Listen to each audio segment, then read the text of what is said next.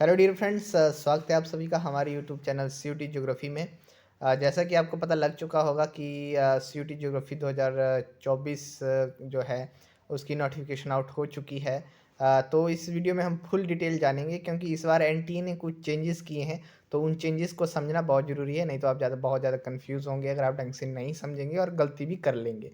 तो इस वीडियो को आप पूरी देखिएगा और ढंग से इसको समझने की कोशिश करिए कि क्या चेंजेस हुए हैं, उनके बारे में हम डिस्कस करेंगे। इसके अलावा अगर आप सीयूटी ज्योग्राफी के लिए प्रिपेयर हो रहे हैं 2024 के लिए, तो आप हमारे टेलीग्राम चैनल को ज्वाइन कर सकते हैं, लिंक डिस्क्रिप्शन में है। अगर आप चैनल पे नए हैं तो चैनल को सब्सक्राइब करिए और अपने दोस्तों के साथ भी इस इन्फॉर्मेशन को शेयर करिए।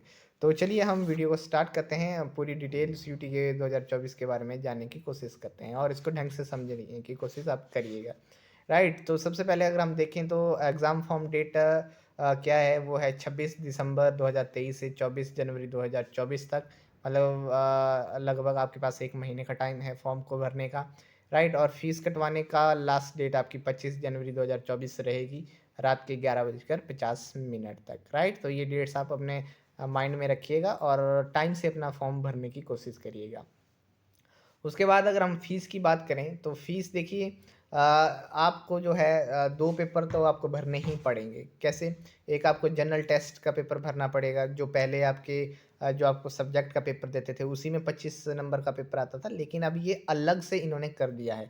क्योंकि जनरल पेपर अब आपको अलग से भरना पड़ेगा। पहले क्या रहता था कि आपको अगर आप ज्योग्राफ़ी का दे रहे हैं तो ज्योग्राफ़ी के 75 क्वेश्चन, 25 आपके जनरल पेपर के। हिस्ट्री का अलग से दे रहे हो तो हिस्ट्री में 75 क्वेश्चन, 25 आपके जनरल पेपर के। इस तरह से हर जितने भी आप सब्जेक्ट चूज़ करते थे उसमें जनरल पेपर साथ में आता था, लेकिन अब ऐसा नहीं होगा।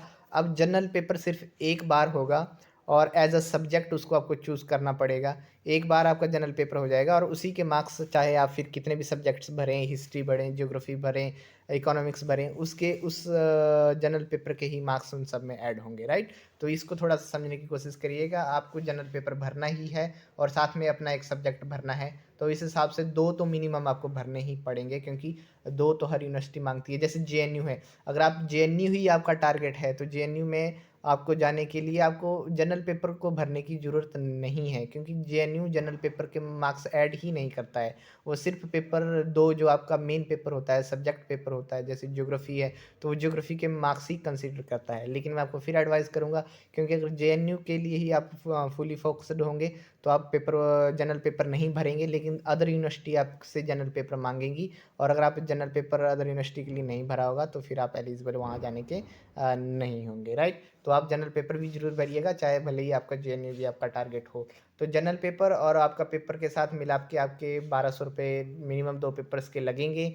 और उसके बाद अगर कोई एडिशनल पेपर और भरना चाहते हैं, जैसे हिस्ट्री भरना चाहते हैं, इकोनॉमिक्स भरना चाहते हैं, तो पर एडिशनल पेपर आपको ₹600 देने पड़ेंगे। ये जनरल की बात थी। उसकी तरह ओबीसी के 1000 आपके टोटल लगेंगे, उसके बाद 500 पर पेपर लगेगा। 900 एससी एसटी और थर्ड जेंडर के लिए है और 500 पर एडिशनल जो भी पेपर होगा उसके लगेंगे। और पीडब्ल्यूडी के लिए ₹800 रहेगी फ़ीस और 500 आपका पर पेपर फिर उसके बाद लगने वाला है। और अगर आप फॉरेनर हैं तो 6000 आपको 2 पेपर के और एडिशनल के 2000 लगेंगे। राइट? तो ये इस तरह से कुछ आपका जनरल इन्फॉर्मेशन थी जो फ़ीस से रिगार्डिंग थी। इसके बाद अगर हम बात करें कुछ इम्पोर्टेंट इवेंट्स, तो जैसे देखिए, करेक्शन इन जो भी आपकी एप्लीकेशन फॉर्म में अगर आपने कोई गलती कर दी है तो करेक्शन विंडो आपकी 27 जनवरी को खुलेगी और 29 जनवरी तक चलेगी। एडवांस सिटी इंटीमेशन की किस सिटी में आपका पेपर होगा वो आपको 4 मार्च को इंटीमेट कर दिया जाएगा। 7 मार्च तक आपके एडमिट कार्ड साइट पे आ जाएंगी। एग्ज़ाम जो होंगे आपके वो 11 मार्च से लेके 28 मार्च तक चलेंगे, अलग अलग सब्जेक्ट्स के। फिर 4 अप्रैल को आप मतलब 4 अप्रैल से जो है आप फिर आंसर की को चैलेंज कर पाओगे।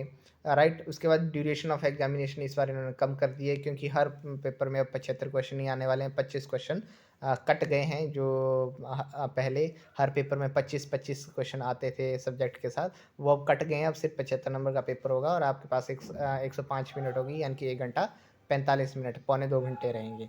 टाइमिंग ऑफ एग्जामिनेशन देखें तो एक दिन में 3-3 शिफ्ट ये लेने की कोशिश करेंगे और ये बाद में आपको बता दी जाएगी कि कब से कब तक होगा। राइट? तो इस तरह से कुछ इन्फॉर्मेशन थी जो मैंने आपको यहाँ पे बताने की कोशिश की है। इसके बाद अगर हम बात करें तो mode and medium of paper, तो वो तो आपको पता ही है कि सीयूटी जो है कंप्यूटर बेस्ड एग्ज़ाम होता है। उसके बाद अगर हम मीडियम देखें तो हिंदी और इंग्लिश दोनों में होता है, बाइलिंगुअल होता है। कुछ सब्जेक्ट को छोड़कर जैसे एमटेक साइंसेस हैं, ठीक है, आचार्य के पेपर हैं जहाँ पे हिंदू स्टडीज़, बौद्ध दर्शन एंड इंडियन नॉलेज सिस्टम है। यहाँ पर हो सकता है ये सिर्फ हिंदी में आए या सिर्फ इंग्लिश में ही आए, राइट। तो इस तरह से आप ध्यान रखें। तो ये भी आपको थोड़ा ध्यान में रखना है, मोड एंड जो भी है, राइट। क्वेश्चन पेपर स्ट्रक्चर किस तरह से रहेगा, तो कैंडिडेट इस चीज़ को आप ढंग से समझने की कोशिश करिएगा कि कैंडिडेट जो है मतलब ज़्यादा से ज़्यादा 4 क्वेश्चन पेपर ही क्या कर सकते हैं, चूज़ कर सकते हैं। 4 से ज़्यादा आप चूज़ नहीं कर सकते हैं। जैसे आप हिस्ट्री, इकोनॉमिक्स और एक आपको कोई और मान लीजिए ज्योग्राफी देना चाहते हैं, तो ये 3 तो ये हो गए प्लस एक जनरल पेपर। तो इस तरह से आप टोटल 4 ही चूज़ कर सकते हैं, 4 से ज़्यादा आप चूज़ नहीं कर सकते हैं। There should be no general test with each paper. जैसे पहले सीयूटी 2 सालों में होता था कि ज्योग्राफी का अगर दे रहे हैं तो ज्योग्राफी के 75 क्वेश्चन प्लस आपके जनरल के 25 क्वेश्चन आते थे। अगर हिस्ट्री दे रहे हैं तो हिस्ट्री के साथ 75 क्वेश्चन प्लस 25 आपके जनरल पेपर के आ रहे हैं। इस तरह से अब नहीं रहेगा, अब सिर्फ एक जनरल पेपर होगा और वो भी आपको जो है एज अ सब्जेक्ट चूज़ करना पड़ेगा। जैसे पहले आपको जनरल पेपर को चूज़ नहीं करना पड़ता था, आपको अगर आप ज्योग्राफी चूज़ करते हैं तो ज्योग्राफी में ही 25 क्वेश्चन आ जाते थे, लेकिन अब आपको जनरल पेपर को सेपरेट से चूज़ करना पड़ेगा और ज्योग्राफी को सेपरेट से चूज़ करना पड़ेगा।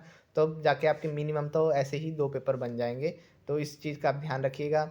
तो जो मीडियम रहेगा वो हिंदी एंड इंग्लिश दोनों रहेगा, जो भी कैंडिडेट ने चूज़ किया होगा उसके according. Duration of exam would be 105 minute, मैंने पहले ही बताया। The question paper will have 75 question आएंगे। अब ये कंफर्म नहीं है कि जैसे पहले 25 क्वेश्चन जनरल पेपर में आते थे, इस साल भी 25 क्वेश्चन ही आएंगे या इस बार 75 क्वेश्चन आएंगे। ये अभी कंफर्म एनटी ने इसके बारे में नहीं बताया है, क्योंकि जो जनरल टेस्ट है उसको अब अलग से कर दिया गया है। तो अगर अलग से कर दिया गया है तो क्या वो 25 नंबर का ही लेंगे या 75 नंबर का लेंगे, अभी एनटीए ने इसके बारे में क्लियर नहीं बताया है। लेकिन इतना क्लियर है कि अब जो जनरल पेपर है वो अलग से होगा। जैसे आपका सीयूटी यूजी के लिए होता है, जनरल पेपर आपका अलग होता है, बाकी आपके जो स्पेसिफिक सब्जेक्ट्स के लिए पेपर हैं वो अलग से होते हैं, राइट। तो इस तरह से पीजी के लिए भी अब ऐसा ही रहने वाला है, राइट। तो ये आप समझ गए होंगे आई होप। उसके बाद देखें हम कि हर करेक्ट आंसर के लिए 4 मार्क्स देंगे, और अगर आपने गलत कोई चूज़ कर लिया है आंसर तो उसके लिए 1 नंबर आपका कट जाएगा। Language paper will be concern language except linguistic which would be in English. सारे पेपर जो हैं इंग्लिश में होंगे, उन पेपर्स को छोड़ के जो लैंग्वेज के नहीं है, राइट। एमटेक और जो हायर साइंसेज के पेपर हैं वो भी सिर्फ इंग्लिश में ही होंगे। Acharya paper would be in Sanskrit except Hindu studies, Indian knowledge system of Buddha and Darshan, ठीक है। Humanities, sciences and common paper would be bilingual, ठीक है। कॉमन पेपर ह्यूमैनिटीज़ के सब्जेक्ट और साइंसेज के सब्जेक्ट जो होंगे ये आपके हिंदी और इंग्लिश दोनों में आएंगे। Examination would be conducted in 3 shift, दिन की 3 शिफ्ट होंगी। उसके बाद the English version of the question in the question paper except language and Acharya will be taken as final. मतलब कि अगर आप किसी क्वेश्चन में अगर कंट्रोवर्सी क्रिएट होती है तो जो इंग्लिश में क्वेश्चन होगा वो मान्य होगा, ना कि हिंदी या अदर लैंग्वेजेस वाला, right. The syllabus of the question paper code will be available on the website. आप सिलेबस वेबसाइट पे देख सकते हैं, सिलेबस उस तरह का ही वहाँ पर वेबसाइट पे पड़ा हुआ है। इसके बाद हम बात करें मार्किंग स्कीम की, तो मार्किंग स्कीम में जो है marking scheme each question carries 4 marks, जैसे मैंने आपको बताया। इनकरेक्ट का 1 मार्क्स आपका कट जाएगा। अगर आपने अनआंसर मतलब आंसर नहीं दिया है या अटैम्प्ट ही नहीं किया है तो आपका कोई मार्क्स नहीं कटेगा, ठीक है। Candidate needs to be choose one option as correct, एक ही ऑप्शन एज अ करेक्ट होगा। However the process of challenges of answer key, in case there are multiple correct options change in key only those candidate who have attempted. कहने का मतलब ये है कि अगर आप किसी आंसर को चैलेंज करते हैं तो, और अगर वो चैलेंज में वो क्वेश्चन गलत पाया जाता है तो उन्हीं कैंडिडेट्स को मार्क्स मिलेंगे जिन कैंडिडेट्स ने उस क्वेश्चन को अटेम्प्ट किया होगा। अगर कैंडिडेट्स ने उस क्वेश्चन को अटेम्प्ट नहीं किया है, छोड़ दिया है, तो उनको मार्क्स नहीं मिलेंगे, राइट। तो इस बात का थोड़ा ध्यान रखें। अगर मान लीजिए किसी टेक्निकल एरर की वजह से या कोई क्वेश्चन ही गलत दे दिया है और उसको टेक्निकल एरर की वजह से आपको एनटी रिमूव कर देता है तो फिर मार्क्स सबको मिलेंगे, चाहे वो किसी ने अटेम्प्ट किया हो या नहीं किया हो। उसके बाद एज एंड क्वालिफिकेशन देखी जाए तो इस एज को जो है आप थोड़ा ढंग से समझिएगा। सीयूटी पीजी देने के लिए आप जो हैं ग्रेजुएट होने चाहिए, ग्रेजुएट हैं तो फिर चाहे आपकी एज कितनी भी हो आप सीयूटी दे सकते हैं। लेकिन हर यूनिवर्सिटी इंडिपेंडेंट है, हर यूनिवर्सिटी के अपने रूल्स हैं, हर यूनिवर्सिटी के अपने एज क्राइटेरिया है, हर यूनिवर्सिटी अपने अकॉर्डिंग चलती है। तो जिस यूनिवर्सिटी में आप एडमिशन लेना चाहते हैं उस यूनिवर्सिटी का एज क्राइटेरिया आप ज़रूर देखें। मान लीजिए आप एमए ज्योग्राफी में एडमिशन लेना चाहते हैं और आपकी एज हो गई है 28 और किसी यूनिवर्सिटी में आप 27 तक ही एडमिशन ले सकते हैं, तो फिर आप उस यूनिवर्सिटी में एलिजिबल नहीं होंगे। हालांकि आप सीयूटी दे देंगे, आप सीयूटी में मार्क्स भी ले आएंगे, लेकिन सीयूटी में बैठने से ही या सीयूटी में मार्क्स लाने से ही आपको किसी यूनिवर्सिटी में एडमिशन मिलेगी या नहीं मिलेगी ये इस पर डिपेंड नहीं करता है। सीयूटी जस्ट एक स्कोर कार्ड आपको प्रोवाइड करता है कि आपने इस सब्जेक्ट में इतने मार्क्स लिए हैं। बाद में यूनिवर्सिटी का क्राइटेरिया आपको एडमिट करने का क्या है वो आप पहले ही यूनिवर्सिटी की वेबसाइट पर देख लें, जिस भी यूनिवर्सिटी के लिए आप जाना चाहते हैं। फॉर एग्जांपल जैसे आप बीएचयू में ज्योग्राफी में आप एडमिशन लेना चाहते हैं तो बीएचयू का क्राइटेरिया है कि आपकी ऑनर्स ज्योग्राफी होनी चाहिए, या आपने अगर प्लेन सिंपल ग्रेजुएशन भी की है तो उस सिंपल ग्रेजुएशन में भी तीनों के तीनों साल आपने ज्योग्राफी पढ़ी होनी चाहिए। अब अगर आप ज्योग्राफी बैकग्राउंड नहीं है तो आप सिर्फ इंडिया में दो ही यूनिवर्सिटी में एलिजिबल हैं, एक है जवाहरलाल नेहरू यूनिवर्सिटी जेएनयू और दूसरी है सेंट्रल यूनिवर्सिटी ऑफ हरियाणा सीयूएच, जहाँ पर अगर आपने ग्रेजुएशन में ज्योग्राफी नहीं भी पढ़ी है तो भी आप पीजी ज्योग्राफी में कर सकते हैं, चाहे आपका कोई भी बैकग्राउंड रहा हो। तो इस हिसाब से हर यूनिवर्सिटी के अपने क्राइटेरिया अलग रहते हैं। तो जिस भी यूनिवर्सिटी में आप एडमिशन लेना चाहते हैं उस यूनिवर्सिटी के क्राइटेरिया को आप जरूर एक बार चेक कर लें। तो आई थिंक आप इस एज वाले कंसेप्ट को भी समझ गए होंगे।